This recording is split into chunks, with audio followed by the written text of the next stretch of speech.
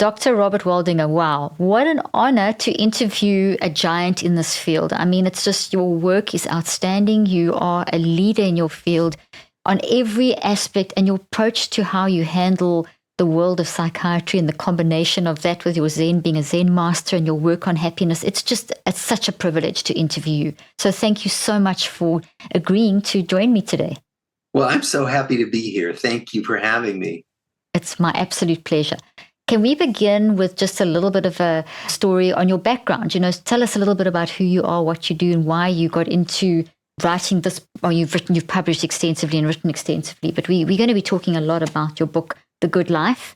And you are, if I'm just going to sneak in, and people have heard it in the introduction, but you have basically been running the longest study of a scientific study of happiness ever conducted, supported by many other studies. And just before I hand over to you, I just want to reiterate, there is such a wealth of knowledge out there around happiness, and it's also become very trendy.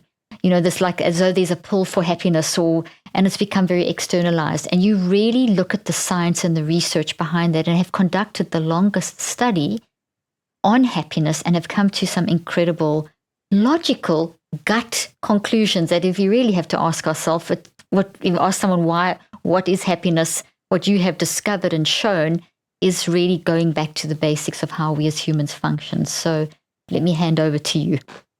Sure. So I'm a psychiatrist. I have been working for 40 years in psychiatry. I trained actually as a psychoanalyst. So my clinical specialty is talk therapy, is doing therapy with people. And I see people every day for talk therapy. And then in addition, I retrained to become a researcher once I was already a clinician. And then about 20 years ago, I stumbled into a Zen group and found a teacher, and have been practicing Zen meditation and now teaching Zen meditation ever since. And those three windows on life, my clinical work with people, my Zen meditation, and my research, have really come together to help me sort of understand the human experience from these different angles. And that's really what I love and what I care about, which is trying to understand in as many ways as we can the experience of being alive and being human. I love that. And okay, let's talk about the study now. Let's talk about that you have actually conducted the longest study on happiness. So the study started in 1938, and it's incredibly rare for two reasons.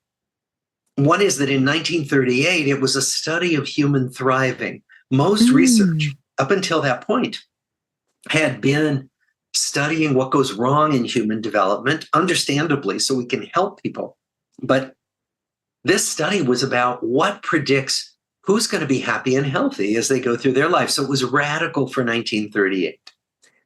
The other thing that is so unusual is that we have studied the same people, now the same families, 3 generations, 724 families across 85 years. Because most research that gets done is snapshots. I could take a snapshot of people who are teenagers today and what they think about or how they feel, and people who are in their 40s and people in their 80s. But to follow people from the time they're teenagers all the way through life, into old age, into death, is completely unusual. And one of the reasons why it's unusual is that most longitudinal studies end before 10 years are up because too many people drop out.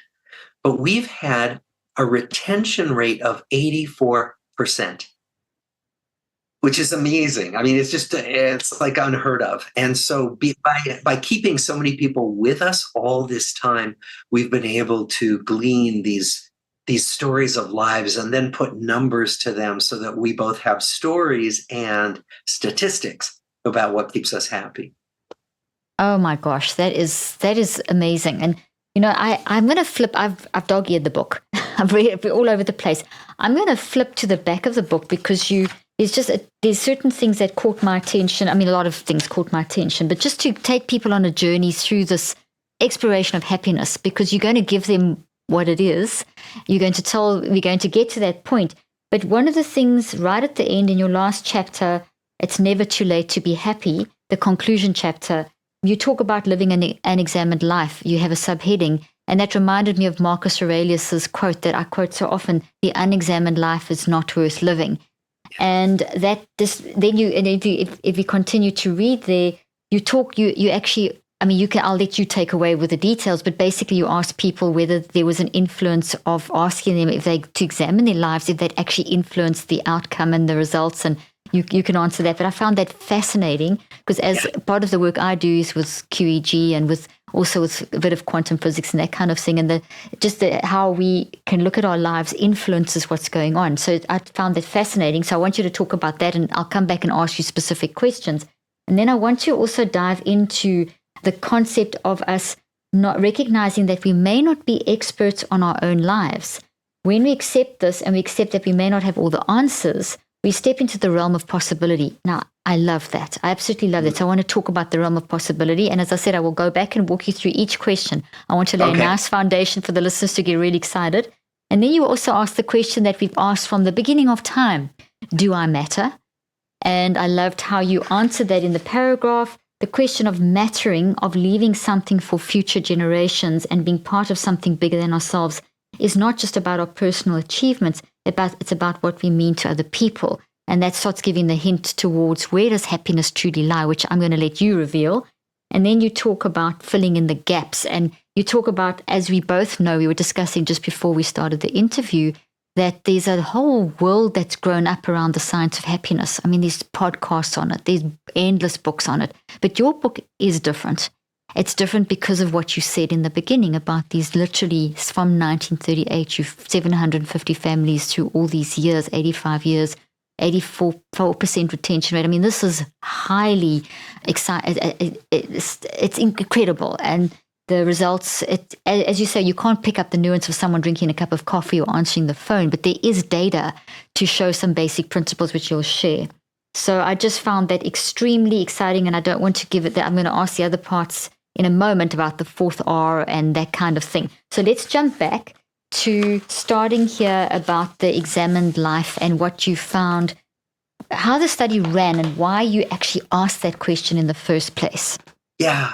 Well, let me tell you about the study. So the study, as I said, started in 1938, and it started as two studies that didn't know about each other when they started. One was a study of Harvard College undergraduates, 19-year-olds, who were thought by their deans to be fine, upstanding young men. And so, if you want to study normal development, you study all white men from Harvard, right? It's so politically incorrect.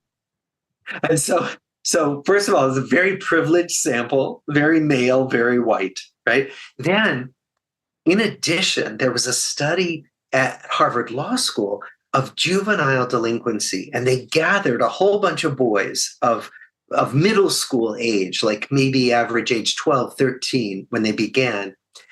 And their question was, if we take children from really troubled families, not just poor, but really troubled families, plagued by domestic violence and parental illness and so many problems, how is it that some children are able to stay on good developmental paths, are able to stay out of trouble and to thrive?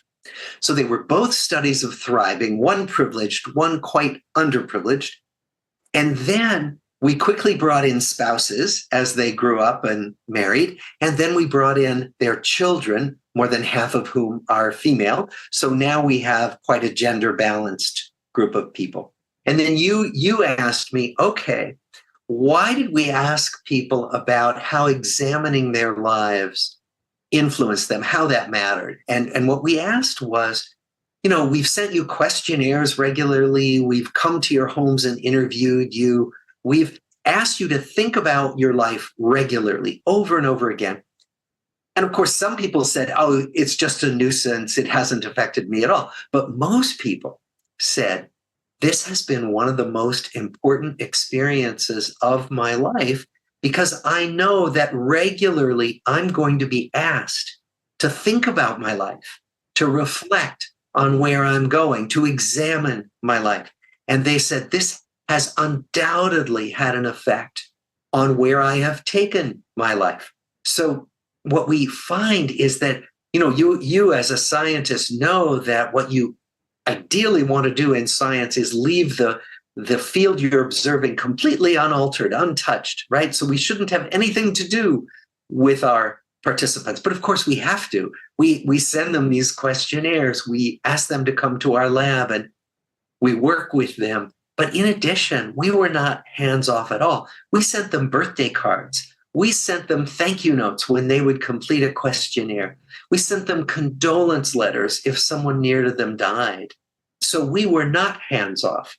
We were very different. And the reason why we think so many people have stayed with us for 85 years is because they feel like they're a community and they feel like they are giving a gift to science, which they are. And we keep reminding them of that.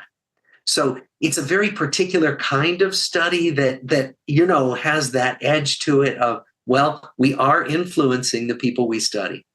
That is so brilliant, because in the world, the way the science has gone, that you've got to have this non-biased, random controlled, which is not, they're good, it's good. But at the end of the day, you can't not be influenced in some way by some connection. And if it's so clinical, as a therapist as well, that it's the therapeutic alliance that's the most important thing in the relationship versus whatever technique you happen to be using. And so this thing of you sending the birthday cards, the community aspect really gave you the answer to happiness. Exactly. So let's talk about the 4 R's. All right. You found the 4th R. Well, the 4th R, what we found that at first we didn't believe when the data began to show us this, we found that the strongest predictor of who's going to be happy and who's going to be healthy as they go through life is the warmth of our relationships and the strength of our connections to other people. And we thought, okay, it stands to reason that if you have better relationships, you'll be happier. That makes sense. But how could relationships get into our bodies? How could relationships that are good make it less likely that we'll get coronary artery disease? How could it make it less likely that we get type 2 diabetes or arthritis? That just didn't make any sense. And then other research groups began to find the same thing. And as you know, Caroline, as a scientist, you don't want to just take one study as proof of anything. You want many studies to point in the same direction. And when we saw that other studies were finding the same thing, we said, okay, we can have confidence in this finding about relationships keeping us healthier. And then so for the last 10 years, we've been spending our time studying how this works. Like, what are the mechanisms by which relationships affect our health? This is so powerful. It's looking at a matrix as opposed to just the linear reductionistic one variable causing another variable. Because I know when we designed the pilot that we now are repeating with a larger sample, there were so many. We looked at the brain, we looked at the various different biological measures, blood, telomere. I have a validation scale looking at the mind management, self-regulation. Psychological, we looked at quantitative, we looked at people's stories. There were so many. It was a whole matrix, and it was so much more realistic because you're not looking at a person in isolation. This is tiny compared to what you have done. But the point I'm making is that these years of us understanding that chronic unmanaged stress causes physical illness and causes challenges with the mind, and that it's embodied, it shows up. We saw it in the telomeres, and we saw it in the brain, and we saw it everywhere. And this is established. This is, as you and I both know, this is established research. So you can't divorce the two. So it's just the holistic approach of your study. The study is unreal. It's fantastic. Right. Well, and what we ended up doing was adding some of the measures you're describing. We added, we drew blood for DNA methylation studies, studying heart rate variability. We brought people into our laboratory, stressed them out deliberately with the Trier social stress test, and then watched how they recovered from stress. We put them into the scanner to do functional MRIs. We showed them happy and sad images to see how their brains operated when they were shown emotionally valenced images. All these things to get different windows on well-being and different windows on stress regulation. That's incredible. So to come back to the 4 Rs, what I want to do is just drop into the listeners' minds the answer that you found, and then we can dial back and go into a little bit more detail.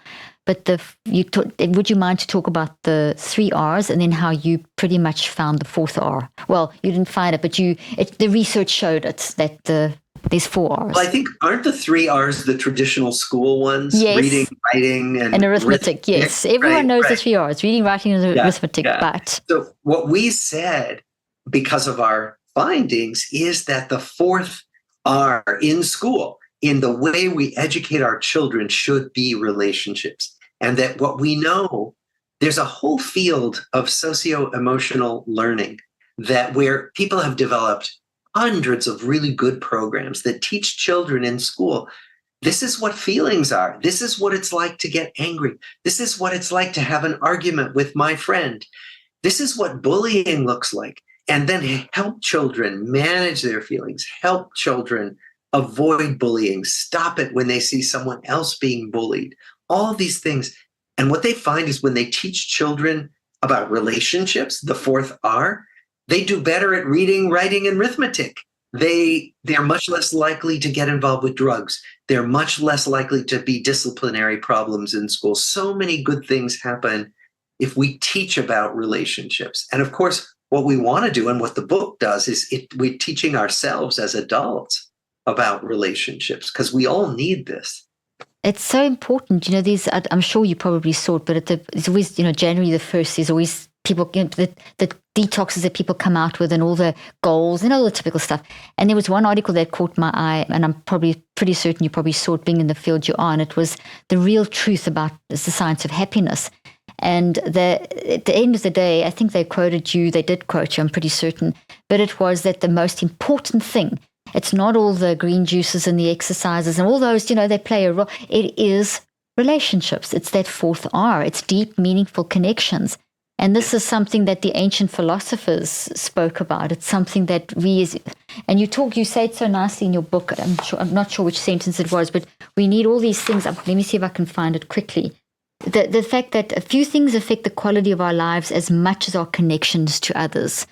And that just in itself it's a simple statement, but it's such a powerful statement. Few things in life affect the quality of our lives as much as our connection. And we have got in the last, I think, 40 years, if not longer, but especially with the technological age and industrial revolution and all these things, is that we've become so focused on the external. And we've become quite reductionistic and a pill for every ill and quick fixes. And I say that because, you're in a world where people will think, hey, I don't want to do talk therapy. Can't you just give me a tablet to make it go away? Because one of the other factors, and that leads me to my next question, one of the other factors that you talk about is it's relationships, which is priority. And then you talk about how people deal with adversity or how they deal with the experiences of life. I don't know if I've paraphrased that correctly. And that I'd love you to just talk about that. Well, and what we found when we asked people in our study, so the first generation we studied were born during the Depression. They grew up, they were kids during the Depression. And then the Harvard men were of an age to go off to World War II. And most of them saw combat, saw great suffering. And many of them watched comrades being killed, terrible trauma. And when we asked these people, how did you get through these big global crises like the Depression and the Second World War? To a person, they mentioned their relationships. So with the Depression, they said, it was my neighbors. We shared what little we had with each other so we could all get through these horrible times. And the soldiers in World War II said, it was the people who wrote to me from back home. It was my fellow soldiers. I knew that there were people who were rooting for me, who cared about me. And so what we find is that these big challenges that come along in our lives, whether they're personal challenges, it might be an illness or a financial reversal, or these big global challenges like the pandemic, that all of them are made easier if we are supported by people that we have good connections with. And so So relationships don't just make us happier, they buffer the unhappy times. And that's really important. Oh, I love that. Can you talk a little bit more about that, buffering the unhappy times and pushing through adversity, which linked to that one statement that I read of yours about having the possibilities, the sort of possibility type mindset? I'll read it to you again. Asking honest questions about ourselves is the first step towards recognizing that we may not be experts in our own lives. When we accept this and we accept that we may not have all the answers, we step into the realm of possibility, and that is a step in the right direction. I love that concept of possibilities. It's uncertainty, challenges, and all these things, and that seemed to be a big factor in your research, relationships, and the possibility mindset around adversity. Well, one of the things we know, and we study this, we study coping mechanisms, defense mechanisms, and we know that people who are falsely certain, who say, I know myself, I know what's what, I know this person, I know my spouse, I know, my family, that those people often close themselves off to possibility. And that the best expression of that comes from one of my Zen teachers. Sunryu Suzuki was a great Zen teacher who said, in the beginner's mind, there are many possibilities. In the expert's mind, there are few. I read that. I thought it was beautiful. And yes, and what he's talking about is that if we're really sure we know everything, that we close ourselves off to learning, to surprise. That if we remain curious about everything, including ourselves, that there's that possibility that you talked about. So, it can be certainly in our relationships, we can be curious about, I've been married for 37 years. So my wife and I have dinner just about every night of those 37 years. And one of the instructions of my Zen teacher was this. It was, notice what's here now that I have never noticed before.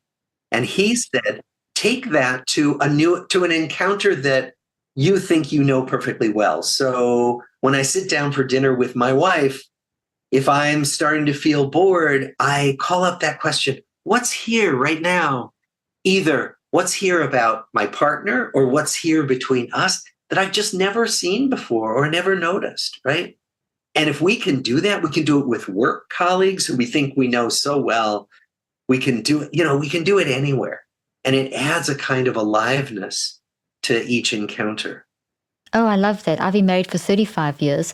So just two behind you. And that's just so, it keeps that excitement, it keeps that openness, it keeps the openness to learning. And isn't there, I can't remember the exact quote, but there's a proverb as well that talks about when we don't, if we think we know everything, that's when wisdom ends or something like that. It's along those lines.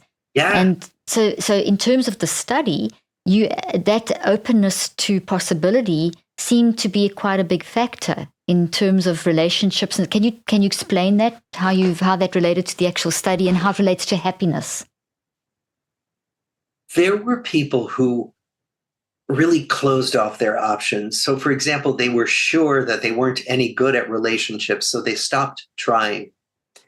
And those people closed themselves off. They became more and more isolated. We have a story in the book about a man who did that. He was a Harvard man, but he ended up living in a trailer in Montana all by himself, out of touch with his wife and children and his beloved sister and so many people. We had people who closed off possibility. Then our happiest people were people who kept saying, oh, what's coming my way now? And were open, whether it was a new hobby, a new career possibility, a new friendship. We have a chapter in the book called It's Never Too Late, where we tell stories of people who thought it was too late for them and then find friends at a point in their life when they never expected to, or find love when they never expected to. And so what we find is that ability to remain open to what's going to come along today that I don't expect, that is a mindset that allows us to be prepared. There's this saying, luck favors the prepared mind. Well, luck happens and we never know when it's going to happen, but we can be open to it and open to seeing, oh, this could be a new door opening for me. And the happiest people in our study were those people. That's fascinating. That quote that you said about luck favors a prepared mind. I mean, that's actually the wrong thing completely. I mean, it kind of gets you stuck because then you think I've got to be prepared, and then if I'm not prepared, I can't be open to possibilities. Yeah. I'm so prepared that I can't see the opportunities and the possibilities and all those kinds of things. Well, you're right. And we don't want to say, my gosh, you have to prepare for everything. But I'll give you an example. So I was not trained as a researcher. I was trained as a clinical psychiatrist and loved that, working with patients. But then I decided I'd really like to learn to study some of the things in research that I was seeing in my office with patients. So I went back to school and I took a lot of courses and trained myself and got good training in how to do research. Well, then it turned out that the third director of the Harvard study, George Vaillant, was looking for a successor. Now, if I hadn't prepared myself with some research skills, he would never have thought to ask me, and I would have never been able to say yes. So that's where the prepared mind came together with a piece of luck, which is that my predecessor said, oh, this person might want to inherit this study. So that's what I mean, that there are ways that we can, it's a combination of doing what we can to better ourselves, to make our lives good and to develop skills, but then be open to luck, because there's a lot of luck in our lives that happens. I like that. So it's actually the preparedness that is an open-minded preparedness. It's a preparedness of possibilities, as opposed to preparedness that this is actually one pathway. Because I think a lot of people associate being prepared, well, that's it. And then people get stuck and they get very stressed out because that didn't work out, now what kind of thing? I'm a failure, they can't learn, and whatever, that kind of situation. Well, exactly. I mean, actually, the reason why I went back and learned to do research in my 40s was because I found that I didn't like being an administrator. For me, running things wasn't enjoyable. It is for many people, and I'm so glad it is, because there are people who run things very well, and I'm so grateful, but I didn't like it. And so this thing that I thought I was supposed to like was there, and I said, well, that's not working out for me. Now what do I do? And so it is this openness to, well, let me try this. And if it doesn't work out, okay, at least I tried. And so to your point, I thought I was on one path, and then it wasn't okay for me. And so I said, okay, I'm going to just see how I can make a change towards something that resonates more with my natural interests. Okay, so this study has obviously impacted you. It's very evident by the way you write, by the way you speak, and just by your whole disposition. I mean, you're just so gentle and kind, and it's very evident. So my question, I think you went in with this mindset, but how has this study affected you personally, your mental health, and just how you view life? Oh, yes. Well, when you see all these life stories, I mean, I can go to my office and pull out a file drawer and look at one family's file, and I could read the life stories of family members as they go from 1938 all the way to the present. And that's, first of all, it's an amazing privilege to be able to do that. But it's also done for me is it's helped me to see how many infinite paths there are through life, right?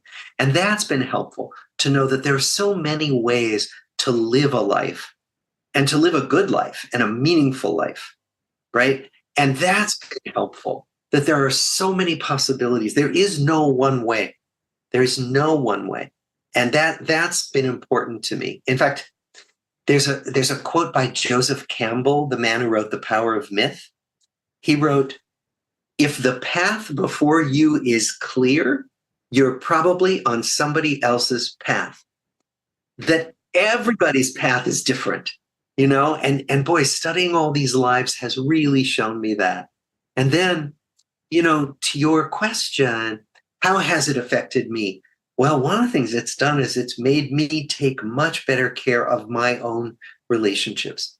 So, I'm a Harvard professor. I could work 24/7. I could just sit here on my computer, writing, editing, doing email forever. Yeah, there's enough to keep you busy. Yeah, there's plenty. And especially once my kids were grown and I didn't have them pulling me away saying, Dad, come do this, which I love. But they're gone. And then I realized, I could just work 24/7. And so what I've had to do because of my own research findings is take care of my relationships. So, this weekend I took a walk with two different people and had a Zoom call with a friend I hadn't seen in 25 years. And I just make myself arrange these things. And I'm much more active in this than I used to be. And what I find is that my relationships are more alive and vibrant than they used to be because of it. Wow, I love that. This is advice that everyone needs because you've seen the study, you've got the life experience. I love the infinite pathways, and I love how you've actually relooked at the way you're running your life. And you talk about the busyness, the hustle. It's literally the hustle culture where it's almost glorified to do the 24/7 situation, which kind of led people to think, well, is that the solution to happiness? It's not. I mean, you can honestly say that's not the solution to happiness. It's not. I mean, and getting rich, being famous, high achievement at work, which is what people often think they need, those things don't make you unhappy. They just don't make you happy. They're different, right?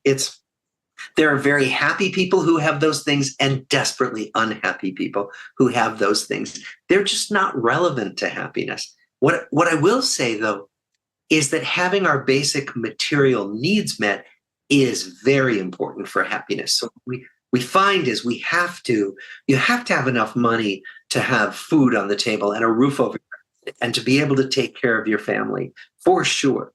But that once you get beyond, there was an estimate a few years ago of $75,000 annual income in the US.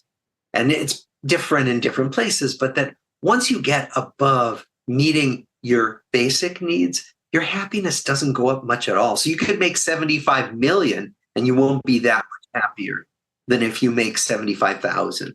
So that's the important point. If I summarize what you're saying in terms of taking time to focus on the relationship, the question that I was going to ask you about you asked the question in your book, what matters? And it's the ancient question that we've asked since the beginning of time.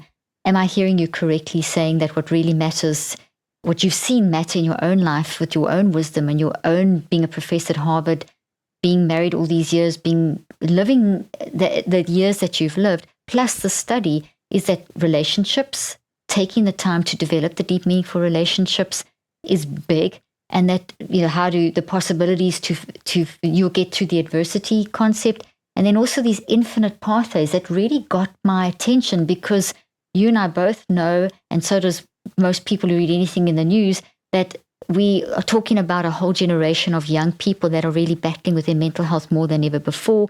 And I kind of think that we're looking at it wrong because since the beginning of time, mankind has battled. And every generation faces something that affects the generations in different ways.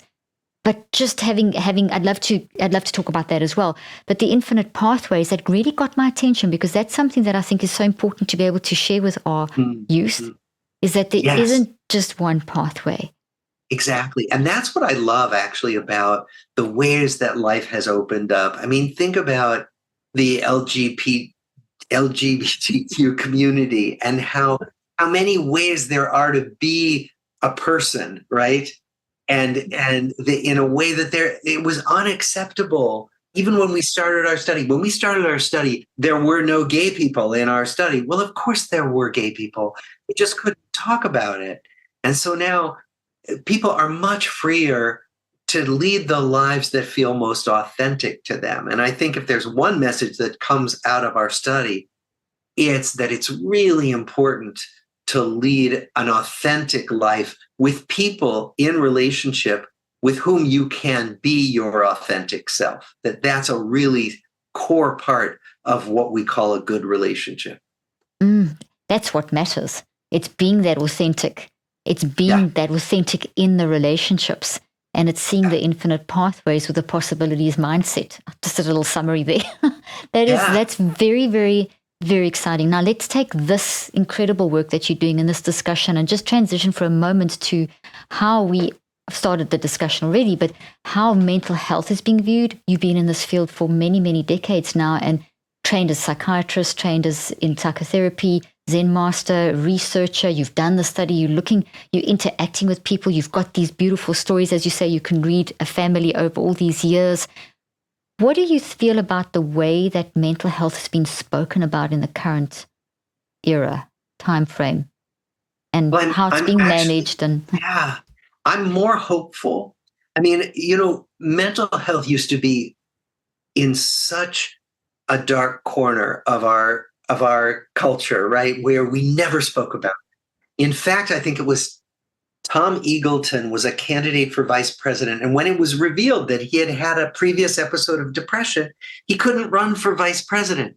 Like, what, 1 in 5 people has a serious episode of depression in their lifetime. So, now what's encouraging to me is that we are talking about it more. And in fact, celebrities are talking about it more, and politicians. And I'm so happy for that people we admire are willing to say, yes, I've had mental health issues and I've gotten help for it, because there's really good help for the most common mental health issues. As you know, there's really good help.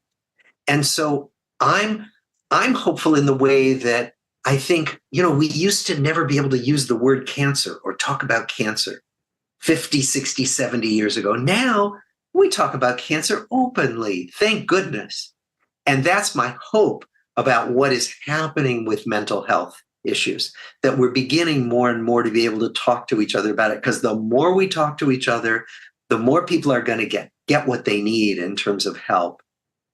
I agree with that so much. I love that I'm so pleased you mentioned that the openness. And what I find fascinating about how you work, because you mentioned right at the beginning, as a psychiatrist, you do a lot of talk therapy. And in your talk therapy, and you've mentioned a couple of things. So talk therapy, you've mentioned what really grabs you are people's stories.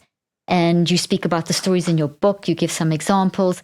So from what I'm hearing, you looking at the person in the context of their story.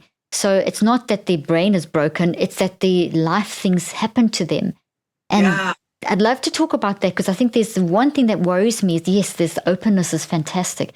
But this thing to say, oh, you have those symptoms, oh, therefore, boom, you've got that diagnosis, implying something that's not even proved, or it's been disproved that there's a neurobiological cause. There's an impact, obviously, on the brain and the body, because the mind, brain, and body interact. But the source isn't necessarily that. And there's been so much research and papers released and showing that chemical imbalance and all these kinds of things aren't where we should be looking. We should be looking at the person. Exactly. And the person includes neurochemicals for sure. And it includes life experience, and it includes genetics. And we are just a big, complicated, wonderful collection of factors. And so let's look at everything. I mean, so for example, some of the people I do talk therapy with really are helped by medication. And when medication helps, it never gets in the way of our talk therapy. If anything, it makes it easier for people to be able to suffer less and therefore open up and look at difficult things about their lives. And so it doesn't have to be either or. And so I think what you're talking about in terms of looking at the whole person is what we hope for. That there is I wish that there were one solution to something as complex as the human psyche and mental health problems. There's just no single solution, and probably won't ever be. We're always going to need to come at these issues with everything we have in our toolbox. That's wisdom. That is the wisdom, because we've got to stop this. The scientific paradigm is so important, but we've got to be careful that we don't try and think that there's this one-on-one causality and that there's just one thing. It's the complexity has to be retained, and the openness, the possibilities, like you were speaking about. We've got to keep that. That we don't know. One size never fits all. That's what I know from studying all these lives.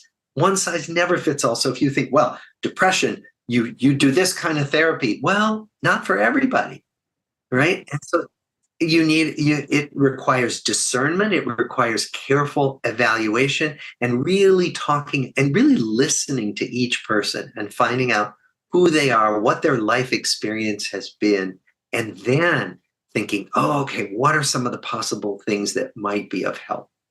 I love that. So it's that going from that and then finding a technique or something versus just do this and it'll suppress all the symptoms. That doesn't work. We've got to keep ourselves open-minded to those possibilities, which is just incredible. Talking about stories, could you maybe share one or two of the stories from the book that really, because there's so many, and I want to respect your time as well, but there's so many beautiful stories, and you've got more in your filing cabinets, as you say, in your doors.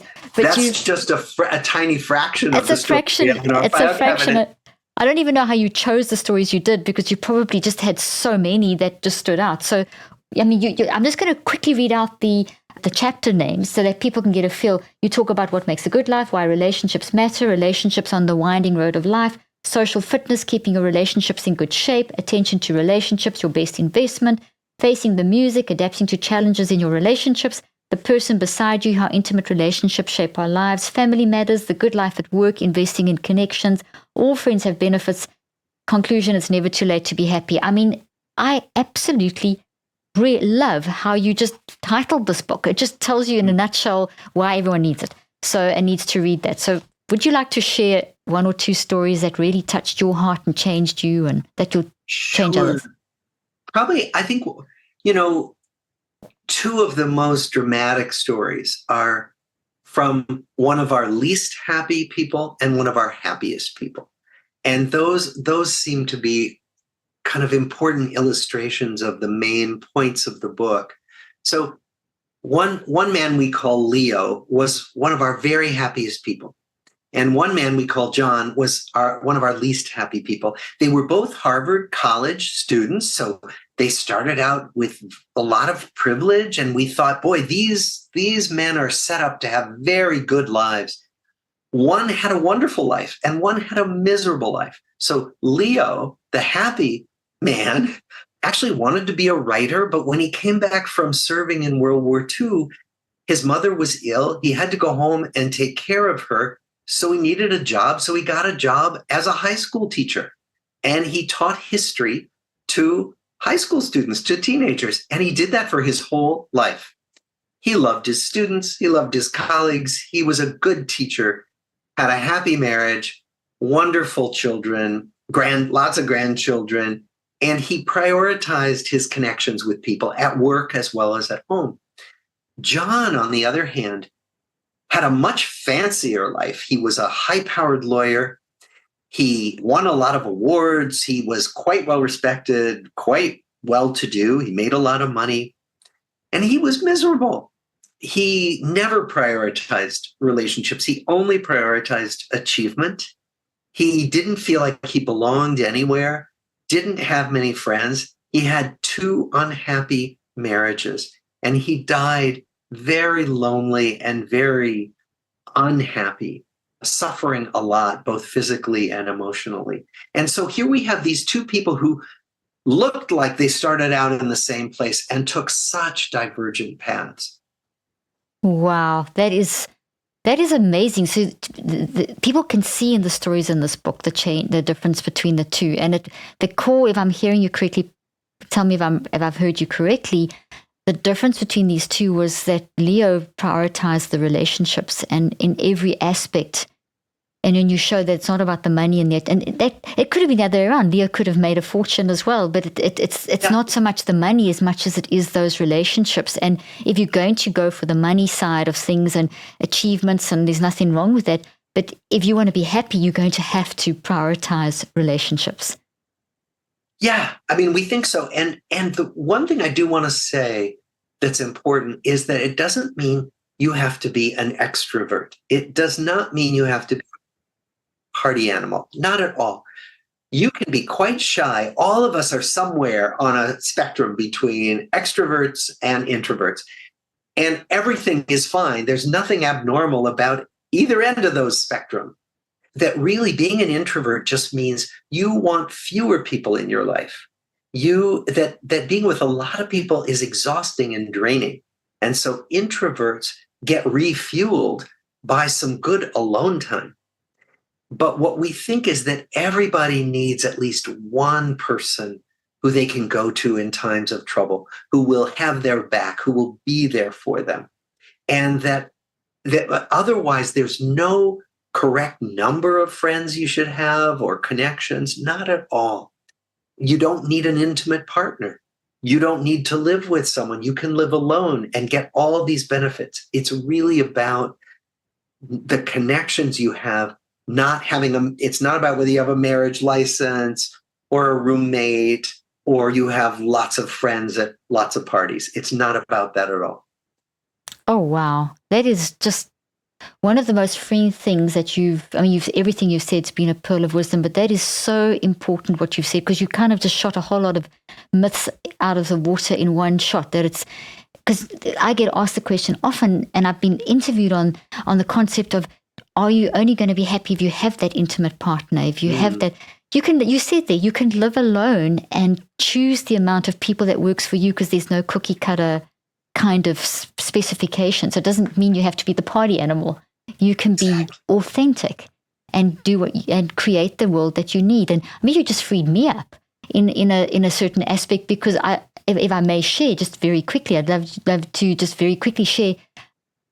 My husband and I work together, and we've got 4 children. They were all in our business, all 4 children. And my husband, he's the CEO. My one daughter's the producer. One runs admin. One is on my research team. And even my son, who's a contractor, co-authors children's storybooks with me.